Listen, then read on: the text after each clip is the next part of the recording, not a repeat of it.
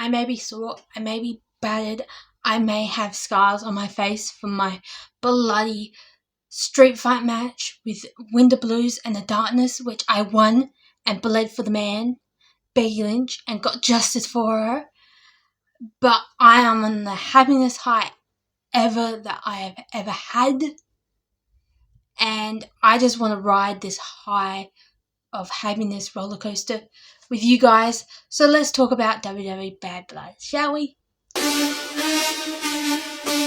Welcome, my name is Hobbsy, and welcome to the Happiness Fighters Army, where we fight for our happiness, our dreams, and our successes against our own version of our own darkness, being mental, physical, life situations, or the big bad world right now. Oh my god, Bad Blood was just so good, and it gave me the highest of happiness highs, and I love that. So I just want to go over Bad Blood, what happened, all the great matches, and where I could see them going in the future. Now, I want to iterate, I did not take many notes for this whole PLE. That's how good it was. So I'm just going to give highlights, little tidbits here and there. If you want to go watch the whole thing, go watch it. I'm not going to try and spoil it.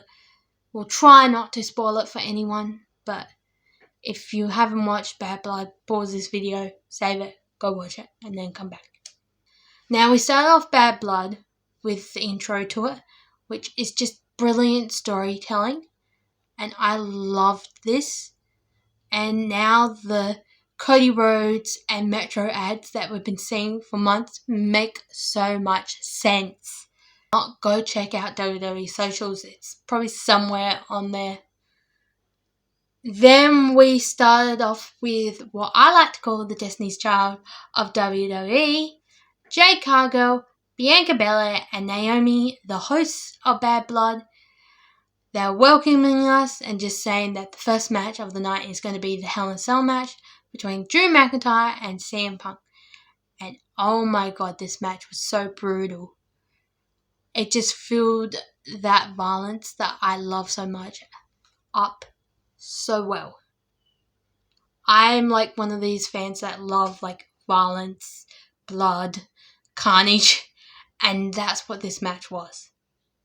First off, we had an OG Hell in a Cell cage, which I am more of a fan of the modern day ones, but I get where they're going. They're going back to OG times, and you could see more of the blood in this match, so yeah. There was a lot of blood, carnage. CM Punk drew first blood, then Drew. We had chairs, tables, steps, toolboxes, even beads from CM Punk's supposedly bracelet were used in this match. It was just two men duking it out at this point. And it got to the point where at one point Drew McIntyre ate those beads, and then CM Punk put a chain around his leg, did the go to sleep, and that's how CM Punk won the match in the end. And after the match, he tried to do the brave, like, I'm going to walk out. He ended up collapsing and looked like passing out, like, you know, when you lose too much blood. So that was even good. Even though I hate CM Punk, I will give CM Punk his flowers in this match. He held his own. I just don't think he should go after the title. I think they need to work him up more for more people to like him a bit more. But yeah, I still hate CM Punk. Still think Drew should have won. But it was a great match overall. Then we go to the host party, which is in one of the suites in the arena. And we have Jade, Bianca, and Naomi, and I think it was Kathy Kelly. If not, it's Jackie Romijn, one of the two. Ask them which match are they looking forward to. And also, by the way, in this host party, we have like Jey Uso, Mickie James, a whole lot of legends, just having a great time. And then Naomi says it's going to be like the Bayley and Nia match is her favourite match, which was the next match coming up. So, yeah, we went to that match, and I will say these women killed it in this match and just brought it, and I loved it. Love Bayley's outfit. Not the best outfit of the night, but I still loved it, especially with her hair as well matching a little bit. I would say whoever's styling Bayley at the moment, you are a genius. Lot back and forth. We had a reverse Hurricane Ronda from Nia at one point, a bear hug. We had a Samoan drop by Bayley. That's what I loved about this match the most, that both women were doing reverse moves, like each other's like signature moves. And then at one point they're both down and out. Tiffany comes in. You think she's going to cash in the briefcase. The ref had been knocked out by Nia earlier, so she was just a little bit groggy. And as Tiffany's going to cash it in, Nia sits up like the Kane or Undertaker, and whoever read this in, genius. It's just brilliant. And then they go out. Doesn't happen. And then Tiffany at one point throws the briefcase at Bayley as she looks like to win, causing a distraction. Nia does Annihilator, wins in the end. Now, I really like this because I feel like they're setting up slowly Tiffany Stratton turning on Nia Jax. And I don't think Bayley's going to be in the title picture anytime soon. I think her and Naomi are going to duke it out before that happens. And yeah, I did think Charlotte Flair was going to return, but I think they might be saving that for next year, like Nia and Charlotte, which makes more sense now that we've got this major announcement after Bad Blood. So yeah, I'm not too fussed about that. But if that ever does happen, I am here for it. The Queen of WWE, Charlotte Flair, versus the Queen of the Ring, Nia Jax. I want this to happen. Yeah. The next match is the Finn Balor versus Damian Priest match. Now, Finn Balor came out with this mask on, and for a while there, I thought it was someone else. It just didn't look like Finn Balor. But then he took it off, and it was him, and he had a little bit of, like, demon makeup. Not a full face, but just a little bit. So that was cool. Now, whoever is designing Priest and Rhea's outfits, you are a genius. I want Priest's jacket coat thing. Yeah, jacket coat thing. I want Priest's jacket coat, whatever it is, and the pants, and just the design with Bad Blood. It works so well, and I just want this so bad. A lot back and forth. Yeah, stare down at the beginning. We had a raise at the head by Damian Priest. Some stomps by Finn. Of course, Judgment Day tried to get involved, and it doesn't work out. And then we have a coup de grace by Finn, but then Priest catches him, sort of, and does a South Heaven and wins that way. So I like that. I don't think Priest is done with Judgment Day yet, and I think they're going to put Jay and R-Truth with him, and Rhea as well, and just have that rivalry keep going, even into Survivor Series. You can have your first ever mixed gender Survivor Series War Game match, and it would totally work with the Judgment Day and the Terror Twins at this point. So, yeah, that's where I think that's going to go. Then we had a major announcement from Paul Levesque, aka Triple H. And this one changes how I see the future playing out now. And basically, it's both top champions in the men and women, which is basically the World Heavyweight Champion and the WWE Undisputed WWE Champion. So, say, Gunther and Cody Rhodes will go at it, champion versus champion, and whoever wins this new crown jewel title for 2024, basically.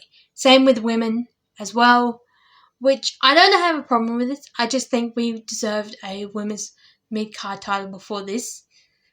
But I hear that we might be getting it once they move to Netflix, so fingers crossed for that. But yeah, this changes the whole outcome of where I can see things going, and I cannot wait.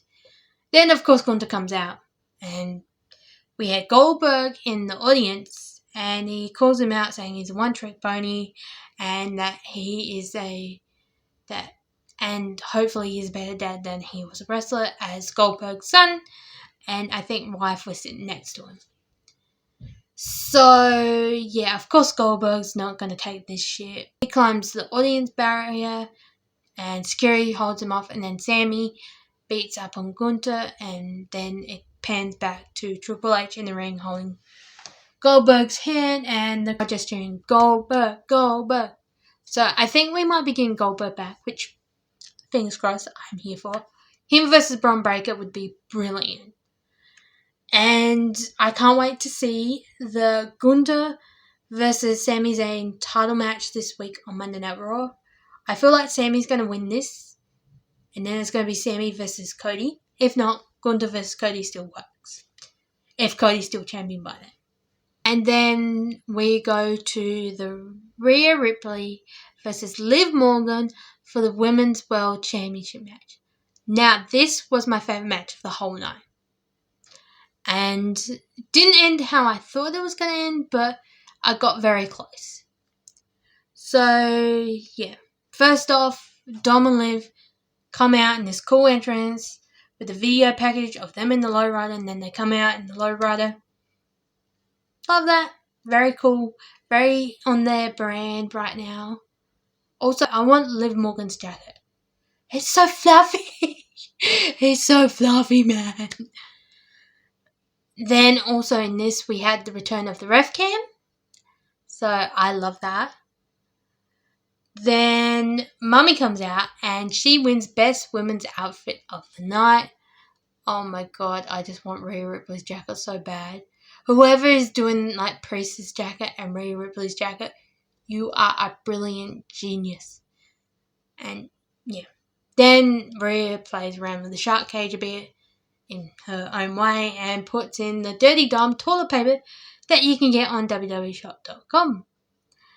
And it's just little details to the story like that. I really enjoy it. And then Dom gets in the shark cage and Rhea says to the boys in the back, lift him up, and he's so scared because he's scared of heights. And then we start the match. Rhea looks like to dominate, but then Liv Morgan targets that knee, gets the upper hand in the match. At one point she says, my title, my man, you have nothing to Rhea. Then the door to Dom's shark cage flies open, and you think that he's going to, at one point, just jump onto Liv and Rhea. But it doesn't happen because he's too scared. Then Dom does actually come out of the cage, like jumps out, but he's chained to the cage. So he's hanging upside down by one leg, and Rhea sees this and says to the ref, give me 1 minute. And the ref's like, yeah, sure. And then she goes to grab a kendo stick, and then she says, happy birthday to me, and starts hitting Dom with a kendo stick like a piñata. This is my favourite moment of Bad Blood. And I loved it because it is actually Rhea Ripley's birthday this coming week. So I love that. But because she got distracted by this, she didn't see Miss Raquel Rodriguez come out, attack her, and making it a disqualification, which in the end Liv keeps the title. And yeah. And I predicted Raquel was going to return and beat up on Rhea in some form.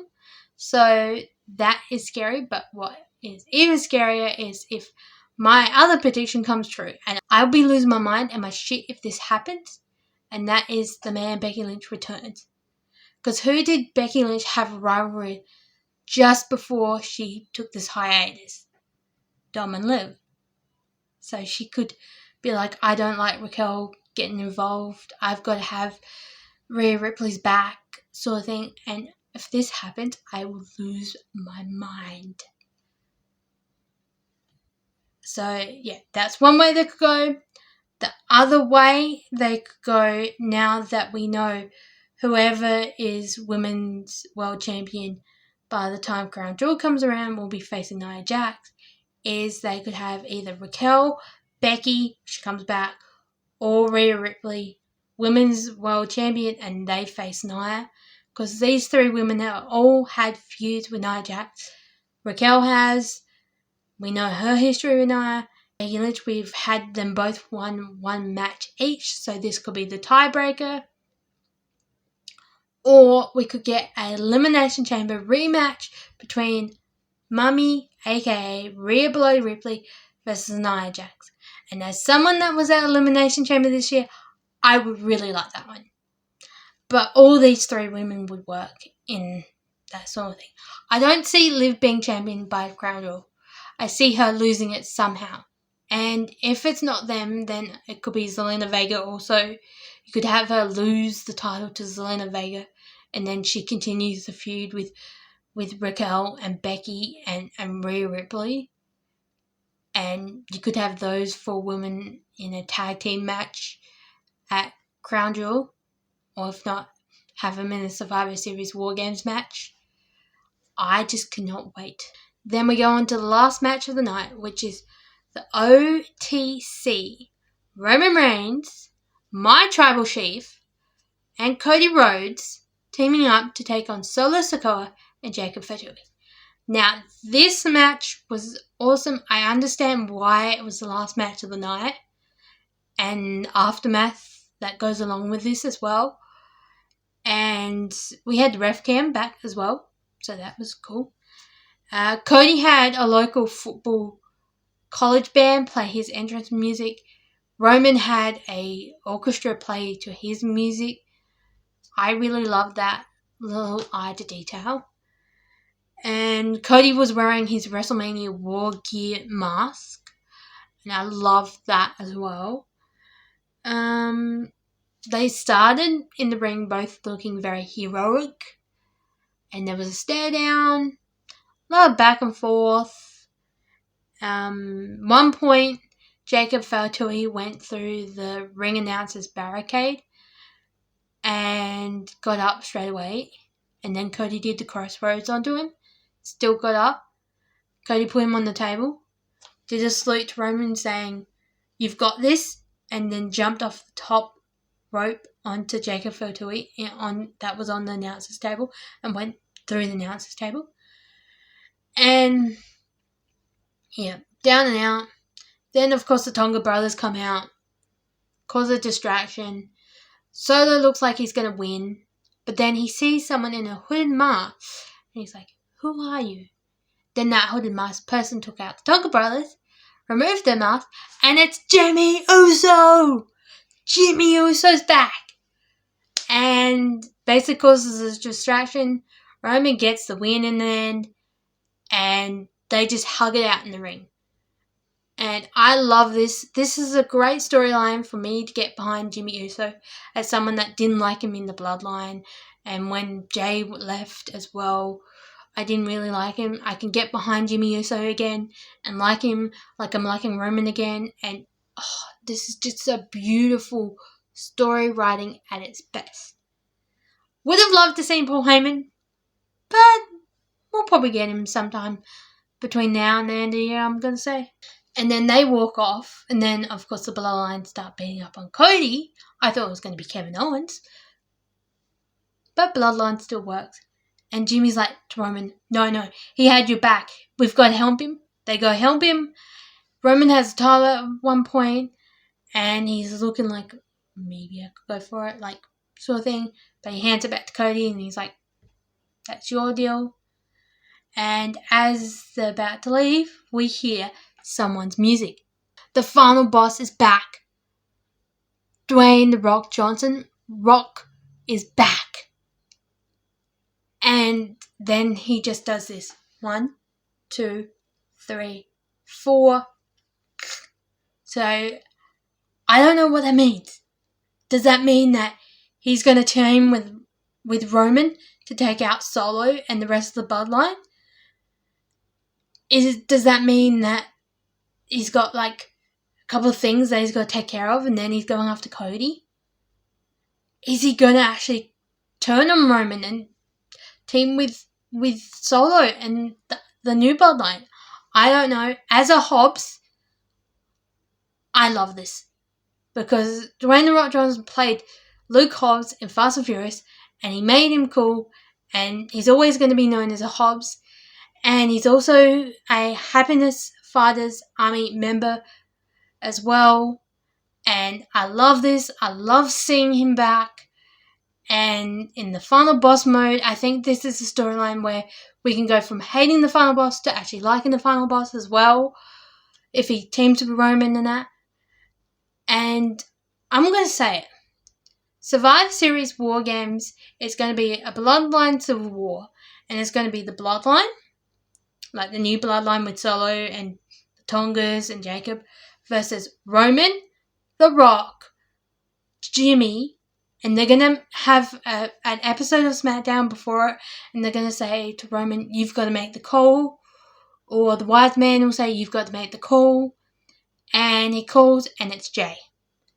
I see Jay and Jimmy reuniting at the end of the year for Survivor Series War Games. If they add one more member to each from the Samoan family tree line, that would work also. They could also add Nia Jax and Naomi into this, seeing that they both are part of the bloodline in some sort of ways. You could have Nia teaming with Solo. You could have Naomi teaming with her husband and her brother-in-law.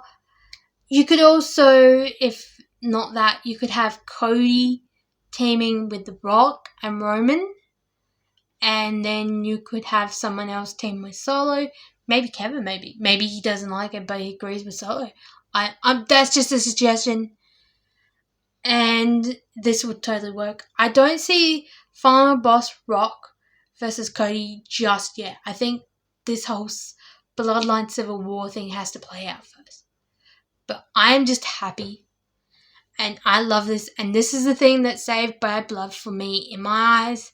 And that's why Bad Blood gets the first ever 10 out of 10 smiley face for PLE. Because I am on a happiness high, and I love this, and I love where wrestling is going right now. So I'm not even mad that Becky Lynch didn't even return to Bad Blood. That's how good it is. So yeah. Now that ends my review of WWE Bad Blood 2024.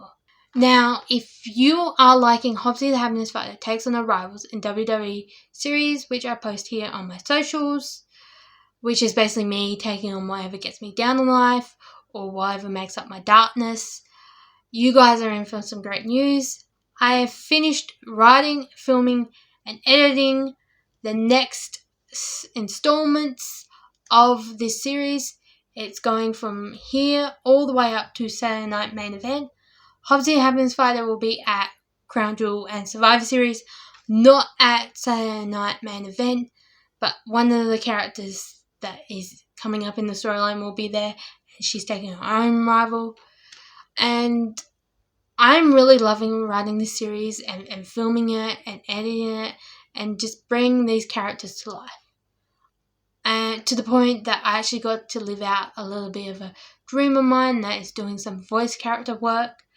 And for one of the characters in this series, I did not use a voice editing app or filter at all. It's my general actual voice in a character. So try to guess who it is. Hope you guys like it. If not, I'm sorry. And yeah, it's just like my therapy at this point. I'm getting more confident in doing this as someone that hates public speaking. And yeah, hope you guys are having a great, warm, happiness high kind of day. If not, I'm sending you warm, happiness high hugs your way.